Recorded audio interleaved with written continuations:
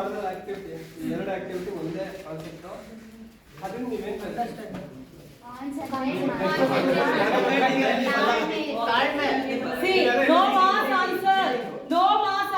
One by one ಎಲ್ಲರಿಗೂ ಜಾಗ ಬೇಕಲ್ಲ, ಒಬ್ಬೊಬ್ಬರಾಗೆ ಮಾತಾಡಿ. NSS ಸ್ಟೂಡೆಂಟಾ?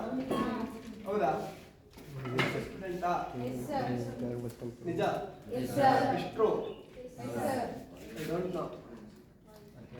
ಆ ಥರ ನನಗೆ ಅನ್ನಿಸ್ತಲ್ಲ. ಯಾಕೆಂದ್ರೆ NSS ಸ್ಟೂಡೆಂಟು ವ್ಯಾಲೆಂಟಿಯರ್ಗೆ ಎದ್ದು ಆನ್ಸರ್ ಹೇಳ್ತಾರೆ, ಮಾಸಲ್ಲಿ ಆನ್ಸರ್ ಹೇಳ್ತಾರ. ನಮಗೆಲ್ಲ ಹಿಂಗೆ ಹೇಳಿದ್ರೆ ನಮ್ಮ ಲೆಕ್ಚರರು ಮನೆಗೆ ಹೊಂಟೋಗ ಪ್ಯಾಕ್ ಮಾಡ್ಬಿಟ್ಟು ಕಳಿಸ್ಬಿಡ್ತಿದ್ರು. ನಿಮ್ಮ ಮೇಡಮ್ ತುಂಬ ನೀವೆಲ್ಲ ಲಕ್ಕಿ. ಯಾಕೆಂದ್ರೆ ನಿಮ್ಮ ಮೇಡಮ್ ಏನೂ ಬೈಯಲ್ಲ. ನಮಗೆ ಬೈಯಕ್ಕೆ ಅಂತಲೇ ಲಾಸ್ಟ್ ಊಟ ಮಾಡೋದ್ರೆ ಮಧ್ಯರಾತ್ರಿ 12 ಗಂಟೆ ಗಂಟೆ ಕ್ಲಾಸ್ ತಗೊಳ್ಳೋರು. JN ನಾಗರಾಜ್ ಅಂತ, JN ಸರ್ ಅಂತ ಅವ್ರು ತಗೊಬಿಟ್ರೆ ಕ್ಲಾಸು ಹೊಡಿತಿರ್ಲಿಲ್ಲ. ಅವ್ರು ಬೈಯ ಮತ್ತೆ ನಾವು ಸೂಸೈಡ್ ಮಾಡ್ತಾರೆ. ಅವ್ನು ಬೈತಿದ್ರು. ಮಧ್ಯ ಉತ್ತರ ಕರ್ನಾಟಕ ಸ್ಟೇಟು, ಸಾರಿ ಡಿಸ್ಟಿಕ್ಕು. ಕೇಳ್ಬೇಕಾದ್ರು ಲ್ಯಾಂಗ್ವೇಜು ಏನಲ್ಲ, ಹೋಗಲ್ಲ, ಬಾರಲ್ಲ. ಡಿಗ್ರಿ ಸ್ಟೂಡೆಂಟ್ ಅವ್ರಿಗೆ ಅದನ್ನೇ ಕೇಳ್ಕೊಳ್ತೀರಾ. ಅವರು ಫಿಸಿಕ್ಸು ಸೈನ್ಸ್ ಟೀಚರ್ ಲೆಕ್ಚರರ್ ಅವರು. ನಾವು ಒಂದ್ಸಲ ಪ್ಯಾಕ್ ಮಾಡ್ಕೊಂಡ್ಬಿಟ್ಟಿದ್ದೆ. ಇವತ್ತೇನೋ ಒಯ್ಯೋದು ಹೋದ್ರೆ ಹೊಟ್ಟೋಗೋ ಮನೆಗೆ ಅಂತ. ಆಮೇಲೆ ಅವತ್ತೇ ಮಂಗಳೂರು ನಾವು ಒಯ್ತೀವಿ ಅಂತ ಗೊತ್ತಾಗಿದ್ದೇನೋ ಗೊತ್ತಿಲ್ಲ. ನಮ್ಮ ಗ್ರೂಪರ್ಗೆಲ್ಲ ಅವತ್ತೇ ಬೈದಿಲ್ಲ, ಒಗ್ಳು ಬಿಟ್ರು ನಮ್ಮ ಗ್ರೂಪ. ಅವಾಗ ನಾವು ಟೆಂತ್ ಕಟ್ಕೊಂಡ. ಅಂದ್ರೆ ಕಲಿಬೇಕು ಅಂತದ್ದು ತುಂಬಾನೇ ಇರ್ತದೆ. ವೈದ್ಯರಿಂದ ಕಲಿಬೇಕು. ಕೆಲವೊಂದು ಇವ್ರು ಹೇಳಿದಾರಲ್ಲ, ಕಪ್ಪೆ ಅರಪಟ್ಟ ಶಾಸನದಲ್ಲಿ ಇವೆಲ್ಲ ನೋಡ್ಬೇಕು, ನೀವೆಲ್ಲ ತಿಳ್ಕೊಬೇಕು. ಓಕೆ, ಈ ಆಕ್ಟಿವಿಟಿಲಿ ಎಷ್ಟೋ ನಾನೇ ಮಾತಾಡಿದ್ದೀನಿ. ಇವಾಗ ನಿಮ್ಗೆ ಕೇಳ್ತೀನಿ, ಒಬ್ಬೊಬ್ಬರಿಗೆ ಎಲ್ಲರೂ ಹೇಳ್ಬೇಕು.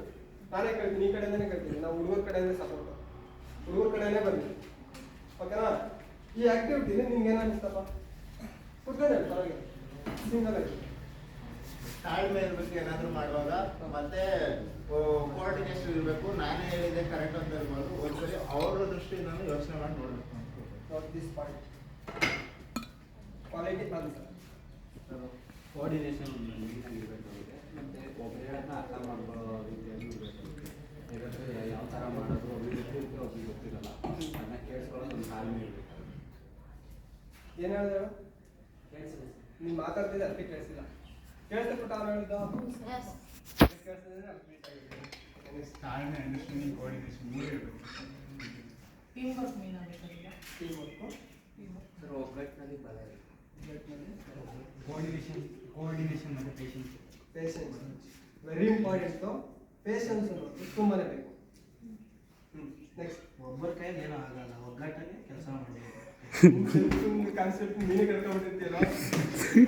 ಓಕೆ, ಅದು ಬೇಕು. ನೆಕ್ಸ್ಟ್ ಯಾರು?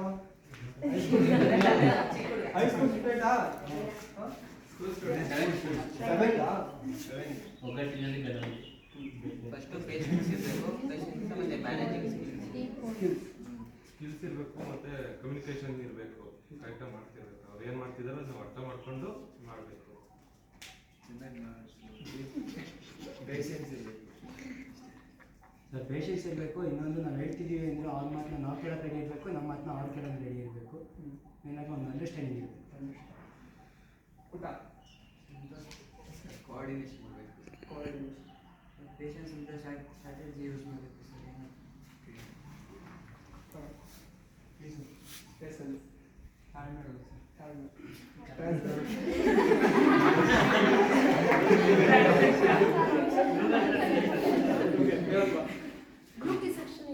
Group discussion is important. ಎಲ್ಲ ಪ್ರಾಬ್ಲಮ್ಗೂ ಒಂದು ಸೊಲ್ಯೂಷನ್ ಇರುತ್ತೆ. ಅದು ತಾಳ್ಮೆಯಿಂದ ಕೋಆರ್ಡಿನೇಷನಿಂದ ಮಾಡಿದ್ರೆ ಎಲ್ಲ ಪ್ರಾಬ್ಲಮ್ಗೂ ಸೊಲ್ಯೂಷನ್ ಸಿಗುತ್ತೆ.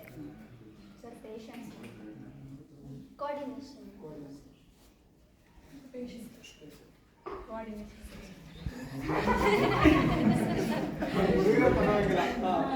Understanding. At least make one sentence. School ಮಕ್ಕಳು ಸೆಂಟೆನ್ಸ್ ಮಾಡ್ತಾರೆ.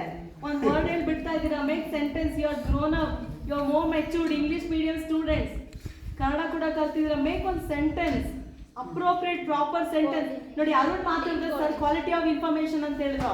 ಹಂಗೆ ಅಪ್ಲೋಡ್ ಮಾಡೋ ಥರ ನಿಮ್ದು ಸ್ಕಿಲ್ ಇರಬೇಕು. ಸುಮ್ಮನೆ ಏನೋ ಒಂದು ವರ್ಡ್ ಮಾಡಿ ಕಾಟಾಚಾರಕ್ಕೆ ಮಾತಾಡೋದಲ್ಲ. Make sentence. Invest your quality time here. We are not here just to enjoy and go out. Take home message ಇರಬೇಕು. ಸರ್ ಅಷ್ಟು ದೂರ ಕಷ್ಟಪಟ್ಟು ಬಂದಿದ್ದಾರೆ, ಸರ್ವಿಸ್ ಥರ ಅವರು ಮಾಡ್ತಿರೋದು.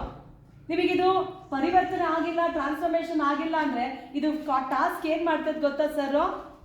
ಕಲಿ ನಲಿ, ನಲಿ ಕಲಿ, ಆಟ ಆಡ್ತಾ ಕಲಿತಾ ಇದ್ದೀರಾ ಕಾನ್ಸೆಪ್ಟ್ನ. ಇದೆಲ್ಲ ಮ್ಯಾನೇಜ್ಮೆಂಟ್ ಕೋರ್ಸ್ ಸ್ಕಿಲ್. ಇದನ್ನ IT/BT ಕಂಪ್ನಿಗೆ ಮಾಡಿದ್ರೆ 1 ಅವರ್ ಇಷ್ಟು ಅಂತ ಚಾರ್ಜ್ ಮಾಡ್ತಾರೆ, ಜಸ್ಟ್ 1 ಅವರ್ಗೆ. ನಿಮ್ಗೆಲ್ಲ ಗೊತ್ತಿಲ್ಲ, ಬೆಂಗಳೂರು ಸೈಡ್ ಎಲ್ಲ ಇದನ್ನ ಪಾರ್ಟ್ ಟೈಮ್ ಪಾಕೆಟ್ ಮನಿಗೆ ಸಂಪಾದನೆ ಮಾಡ್ಕೊಳ್ತಾರೆ.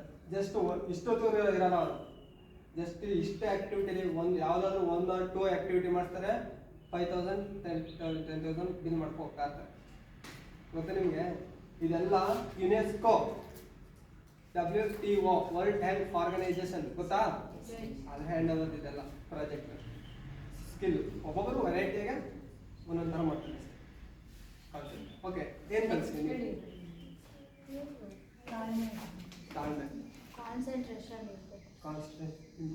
ಸರ್, ನನ್ನ ಪ್ರಕಾರ ಏನು ಅಂದರೆ, ಫಸ್ಟು ನಾವು ಶಕ್ತಿಯಿಂದ ಕೆಲಸ ಮಾಡೋಕ್ಕಾಗ್ತಿಲ್ಲ. ಶಕ್ತಿ ಅಥವಾ ಕಾನ್ಸಂಟ್ರೇಷನ್ ಜೊತೆಗೆ ಯುಕ್ತಿನ ಬೆಳೆಸ್ಬೇಕು ಸರ್. ಯುಕ್ತಿನ ಕೆಲಸ ಮಾಡಿದ್ರೆ ಕೆಲವೊಮ್ಮೆ ಗ್ರೂಪಲ್ಲಿ ಆ ಪ್ರಾಬ್ಲಮ್ ಮತ್ತು ಪ್ರಾಬ್ಲಮ್ ಸಾಲ್ವಿಂಗ್ ಸ್ಕಿಲ್ಸ್ ಅನ್ನೋದಿದ್ದರೆ ನಾವು ಯಾವುದೇ ಒಂದು ಪ್ರಾಬ್ಲಮಿಂದ ಆಚೆ ಬರ್ಬೋದು.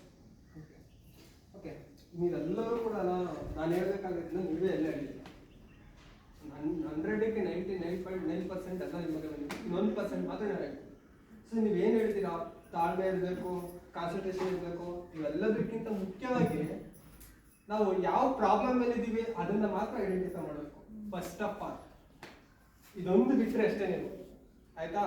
ಜೊತೆಗೆ ಇನ್ನೊಂದೇನು ಬಿಟ್ರಿ ಅಂದ್ರೆ, ಆ ಪ್ರಾಬ್ಲಮ್ಸ್ಗೆ ನನ್ನಿಂದ ಸಾಧ್ಯ ಆಗುತ್ತಾ ಅನ್ನುವಂಥದ್ದನ್ನ ಸೆಲ್ಫ್ ಆಗಿ ಥಿಂಕ್ ಮಾಡ್ಬೇಕು. ನೀನ್ ಹೇಳ್ದಲ್ಲಪ್ಪ, ನಾವು ಒಬ್ಬನಿಂದನೇ ಆಗಲ್ತು ಅಂತ ಅನ್ಕೋಬೇಡ್ದು. ಯಾಕಾಗಲ್ಲ? ನನ್ನ ಗಾಡಿ ಪಂಚರ್ ಆಗೋಯ್ತು, ನನ್ನ ಕೈಲಿ ಅಲ್ಲಿ ಅಷ್ಟು ದೂರ ಪಂಚರ್ ಅಂತ ತಳ್ಳಕ್ಕಾಗಲ್ವಾ? ಅದಕ್ಕೆ ಗ್ರೂಪ್ ಕರ್ಕೊಂಡ್ಬರ್ತೀಯಪ್ಪ. ಸೊ ಯಾವ ಪ್ರಾಬ್ಲಮ್ಸ್ ಅಂತ ಐಡೆಂಟಿಫೈ ಮಾಡಿದ್ರೆ ನಮಗೆ ಅದಕ್ಕೆ ಸೊಲ್ಯೂಷನ್ ಕೆಲವೊಂದು ಟೈಮ್ ನಾವೇ ಮಾಡ್ಕೊಬಿಡ್ತೀವಿ, ಹೌದಲ್ವಾ?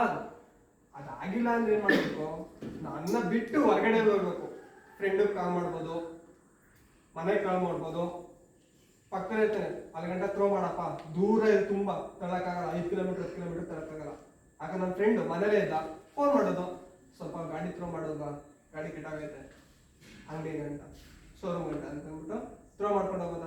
ಅದಕ್ಕೆ ಹೊರಗಡೆ ಹೋಗ್ಕೊಳ್ಬೇಕು. ಈ ಆಕ್ಟಿವಿಟಿ ಏನಪ್ಪ ಅಂತಂದ್ರೆ, ನಿಮ್ಮೊಂದು 2 ಟಾಸ್ಕ್ ಕೊಟ್ಟೆ, ಒಂದು ಗ್ರೂಪ್ ಸರ್ಕಲ್ದು, ಇನ್ನೊಂದು ಸ್ಟಾರ್. ಹೌದಾ? ಅವೆರಡು ಪ್ರಾಬ್ಲಮು.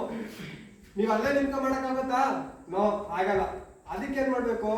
ಫಸ್ಟ್ ಥಿಂಕ್ ಮಾಡ್ಬೇಕು, ಈ ಪ್ರಾಬ್ಲಮ್ ಏನು. ನನ್ನ ಕಡೆ ಐಡಿಯಾ ಇತ್ತು ಅಂತಂದ್ರೆ ನನ್ನ ಐಡಿಯಾನ ಎಲ್ಲಾದ್ರೂ ಹೇಳ್ಬೇಕು, ಡಿಸ್ಕಸ್ ಮಾಡ್ಬೇಕು. ಹೌದಾ? ಆ ಡಿಸ್ಕಸ್ ಮಾಡಿ ಅದನ್ನ ಯಾವ ರೀತಿ ನಮ್ಮ ಸರ್ಕಲ್ ಇಂದ ಹೊರಗಡೆ ಹೋಗಿ ಯೋಚನೆ ಮಾಡ್ಬೇಕು. ಹೌದಾ? ಗ್ರೂಪ್ ಅಲ್ಲಿ ಈ ಕಡೆ ನಿಂತ್ಕೊಳ್ಳಿ ಅಂತಂದಾಗ ಏನ್ ಮಾಡ್ಬೇಕು?